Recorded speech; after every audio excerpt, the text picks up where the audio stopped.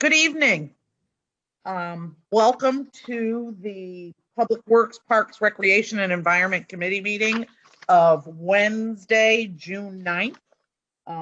With me tonight is Councilman Nick LeBron, who is a voting member of the committee, our core counsel, Jim Delvisco, and the Director of Community Engagement, Janice Castle. I want you to know it's a very elite group of people here this evening.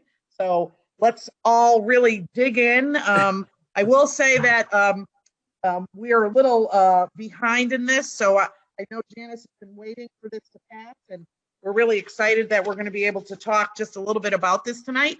So the only agenda item, unless there's some other business, Councilman LeBron would like, is this, our first agenda item, which is from Mayor Bronin with a company resolution authorizing the city to accept a grant of $128,500 from the Hartford Foundation for Public Giving to fund a portion of Love Hartford, a new initiative that broadens our efforts to give residents and community groups the opportunity to beautify their neighborhoods.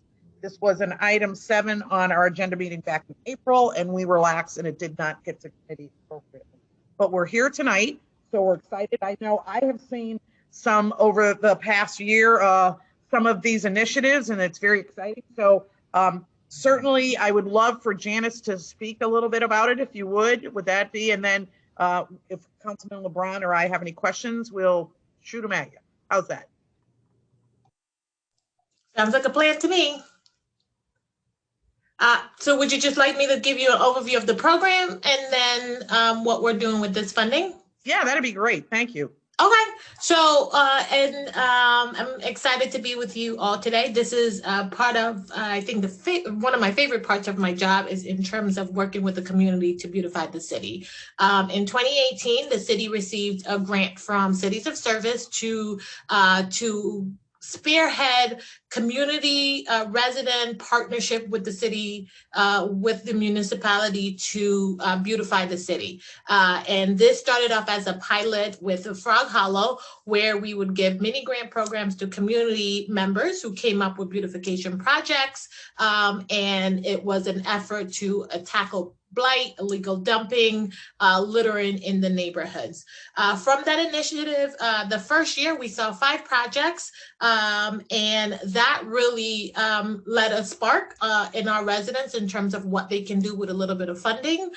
Year 2, we were able to get about 10 projects, 9 projects actually, and started flowing in. And so what we did that year, we were able to partner with Patronicity, which is part of Sustainable CT, and they offered to match funds with the $1,000 mini grant that we were giving out. So we were able, with the help of the Hartford Foundation, to actually fund 16 projects that year.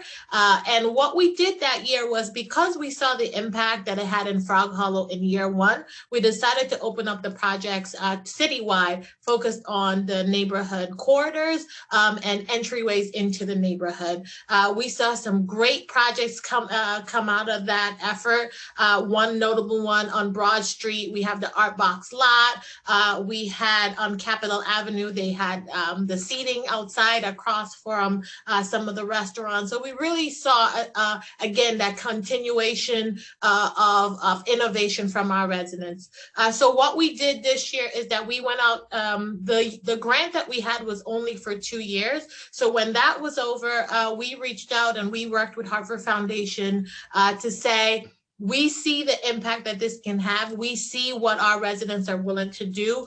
Please help us continue this effort and continue to engage with residents. One of the things that was really empowering about this program is that we saw a lot of new engagement from residents who we may not have interacted before, who we may not have encountered in the NRZs.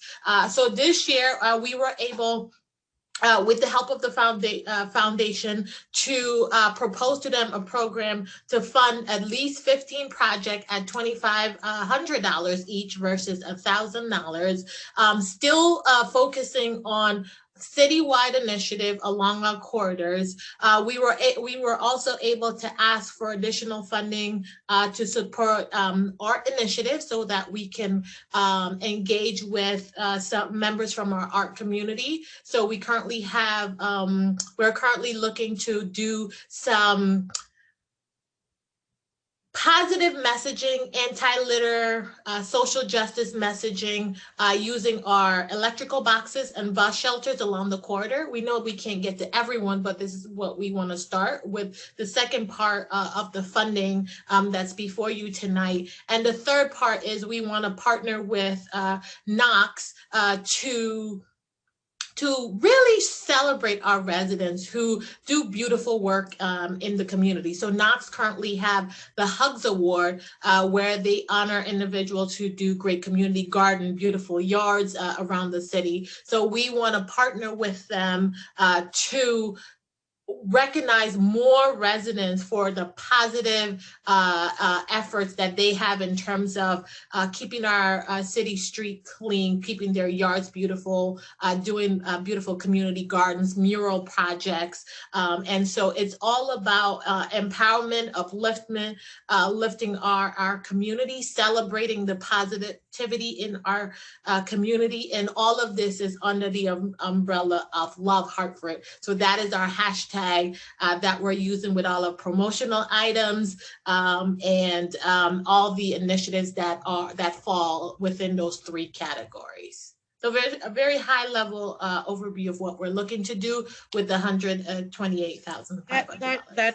That's absolutely perfect. I will say, in my excitement to get this going, I did not say what I'm supposed to say at the beginning of this meeting. First of all, I'm Councilwoman Rossetti, but I am supposed to read this at the beginning, and I am going to be chastised.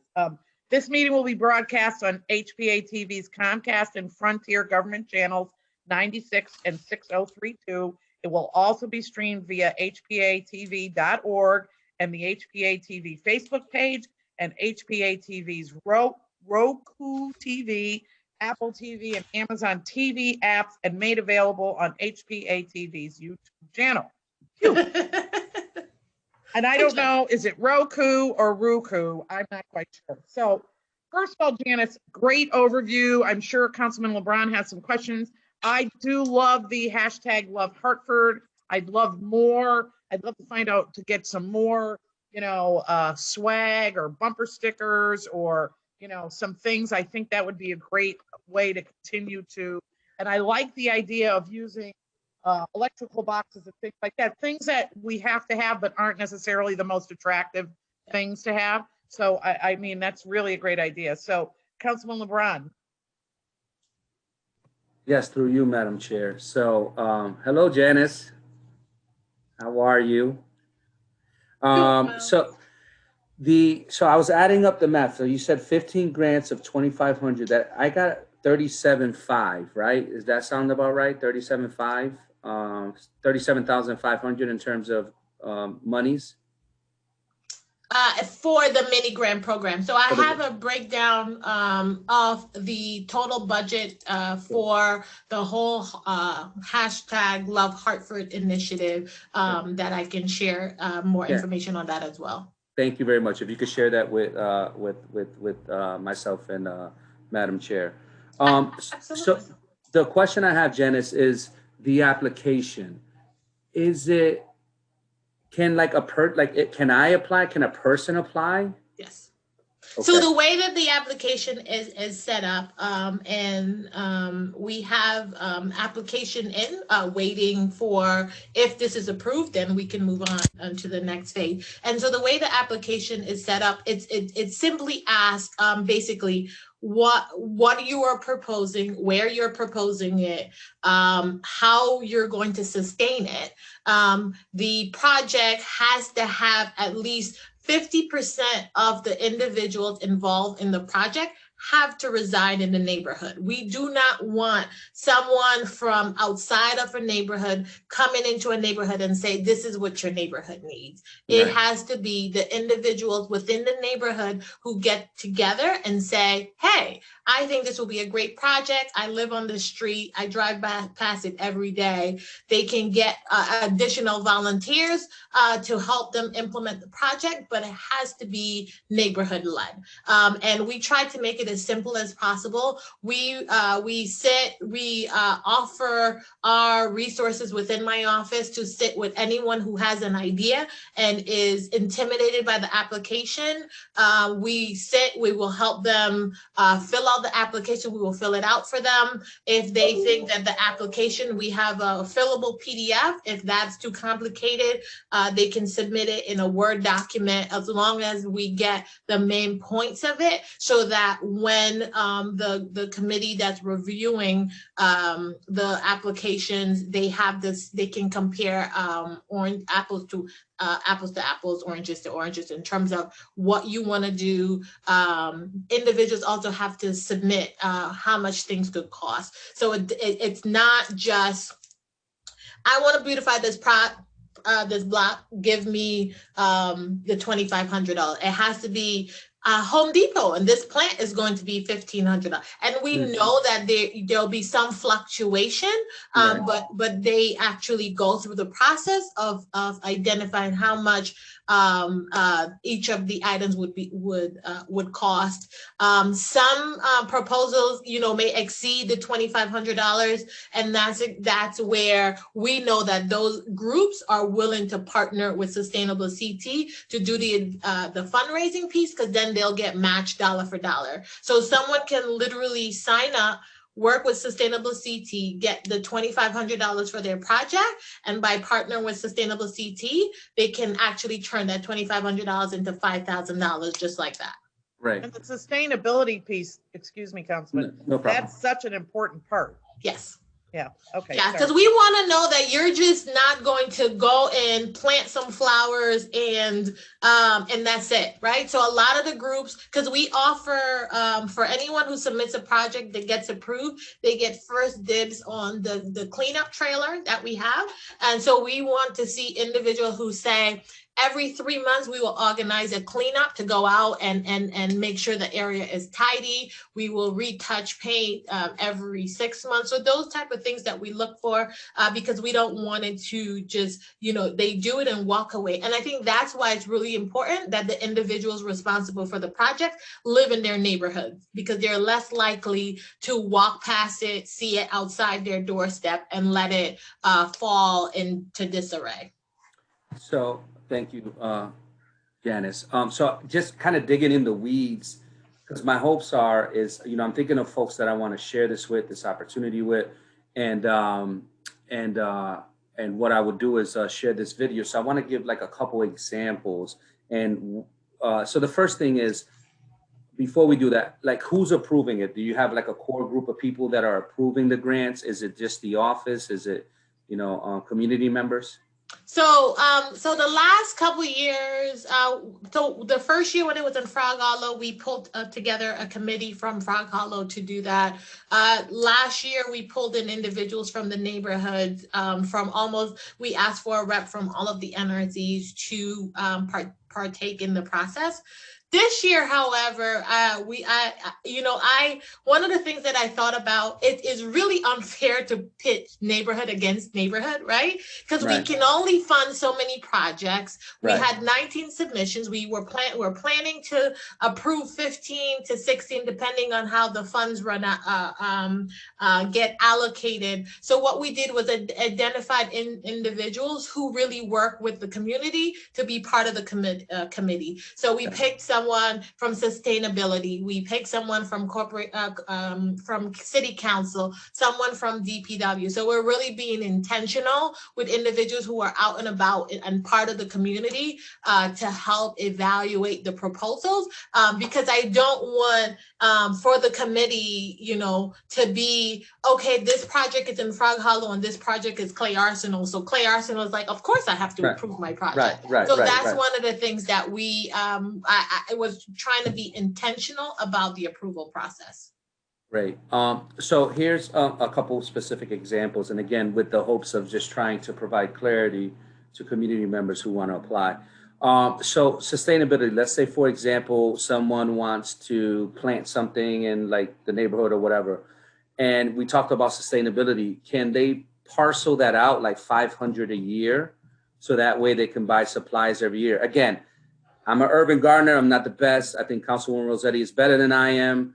I am planting tomatoes and zucchini. I am better than you. Yeah, So. yeah. And I got some strawberries this year, so we'll come back again. I need some of those. Yeah, but Councilwoman Rossetti was telling me that they have annuals, perennials, and then things can happen. So sustainability, can someone use 500 a year for the next 5 years? No. So when you're applying for a project, the intent is to implement the project this year, and hopefully execute between I want to say, you know, if we're able to approve and move everything along between June and I want to say September, we're hoping that you implement, because what we're hoping is to establish a relationship with the Hartford Foundation, so that we can make this an annual thing. So why hold on to funds for next year when you can reapply? The other part, what we do is we try to be very thoughtful with the projects as well. So if someone is interested in planting, whether it's trees or flowers, we connect with Knox and we connect with our city forester to make sure that what they're planting is fitting for the area. They know that they're selecting the right size, the right location. So we try to be to provide the type of support to make the project as successful as we can, because it's not beautifying the city if we're just doing something that's gonna die, or we're not really being thoughtful for the area. So we take those steps, and again, as part of all of this, we partner with Knox, our city departments, to make sure that the individuals are fully supporting and have what they need. When we had our orientation last year, Knox was a part of it. Knox provided mulch, they provided seeds, they provided, shrubs that were available. So we partner to make sure that we're using available resources and maximizing. And then the other part that we do in terms of, again, supporting these projects is we make sure that whatever funds the groups are applying for, we tell them not to spend their money on tools. And so, because the trailer can provide, whether you need an auger or you need a rake or a shovel, we can provide that. And, Knox has tools as well, so that they can really spend the money on mulch and plantings and paint and those type of things. Got it. Yep. So admittedly, I don't know what an auger is, but we could talk about that online. Listen, I'm from, anyway. So second you would love an auger. But I would love an auger. Okay. I would love an auger in August, but anyway, the second piece is, how about, like, say, for example, someone wanted to purchase garbage cans for the street. Is that beautification? You know what I mean? Like, what if they bought garbage cans and painted them? There's a lot of folks that are trying to push back on the littering piece. You see people in the community picking up garbage, and we're blessed on this street. We have somebody where I live at that does that, on her own time. I'm thinking about her. Is that a possibility? So anything is a possibility, really. But what we do in situations like that is that when someone proposes an idea like that, we have conversations with Mike Looney and his team. So anything where it's almost like part of a city service, we start those conversations, right? And so, one of the things that my department does, which I take a lot of pride in, is working closely with DPW, because they touch our daily lives, as a resident, as a city employee. And so we know that they're doing work to put out as many trash cans as we can, but as well as educate the public on how to use it, right? So while some people may say that we need more trash bins, some of the things that we see from our office is that right next to an empty trash bin, there's litter on the ground. Or we may see a trash bin in front of a barber shop or a hair salon with hair clippings, which is not meant to use that way. Yeah. So we try to be, again, intentional in seeing where the needs are and is that beneficial. So one of the things that Public Works has helped us with is when someone has taken over a vacant lot, whether they gotten permission from the city to use it temporarily to make sure that no one is littering and it's become now an asset in the community, or whether they get that permission from a private owner. You know, DPW has helped in terms of placing trash can at that intersection or at that location so that people know that, you know, this is not allowed, because the idea is that when you see your neighbor putting in the sweat equity to beautify a location, and the city is supporting it, but it's really led by the resident, people are less likely to litter. So when those types of ideas come up, we make sure to work it through to the department to say, okay, what makes sense? Should we spend the funds on this? Or, you know, and so like, for example, one of the projects that's being thought out or is they're doing some traffic calming in Southwest behind the rocks, similar to what they do in Frog Hollow. And so one of the projects that they want to do is they want to beautify that area. They want to paint the blockades. They want to add planters. So again, trying to work hand in hand to support the neighborhood in terms of their beautification idea, but then couple it with other projects so that it has multifunction use and we stretch that impact in the neighborhood. So we're constantly looking at those things. Thank you. And Madam Chair, promise, last one, you know, so I promise. All right, murals. Yes. Right. So two things about murals. So are murals a possibility? And number Absolutely. two, and then number two, do we screen the murals? Like, for example, let's say, for example, folks want to put a picture of their face at a, you know, on a wall or something, you know what I mean? Like, I mean, is there a screening process? Nick, are you trying to get a picture of yourself somewhere? Is that what it is? No, I was hoping it'll be just be me and you. It'll just be me and you. Oh, yeah. Yeah, so actually one of the things that we really try to do, again, in projects like this is really, again, include the neighborhood, right? So they cannot be this individual project. It's supposed to be a community initiative. So that's where the NRZs get involved. So a good example of that is last year, Louisa from the Asylum Hill NRZ, they worked with the new laundry mart at the corner of South Marshall and Farmington Avenue. There was a new owner, took over. Louisa is a great artist. She had an interest in doing a mural. They partnered with the business owner. He allowed them to use the wall.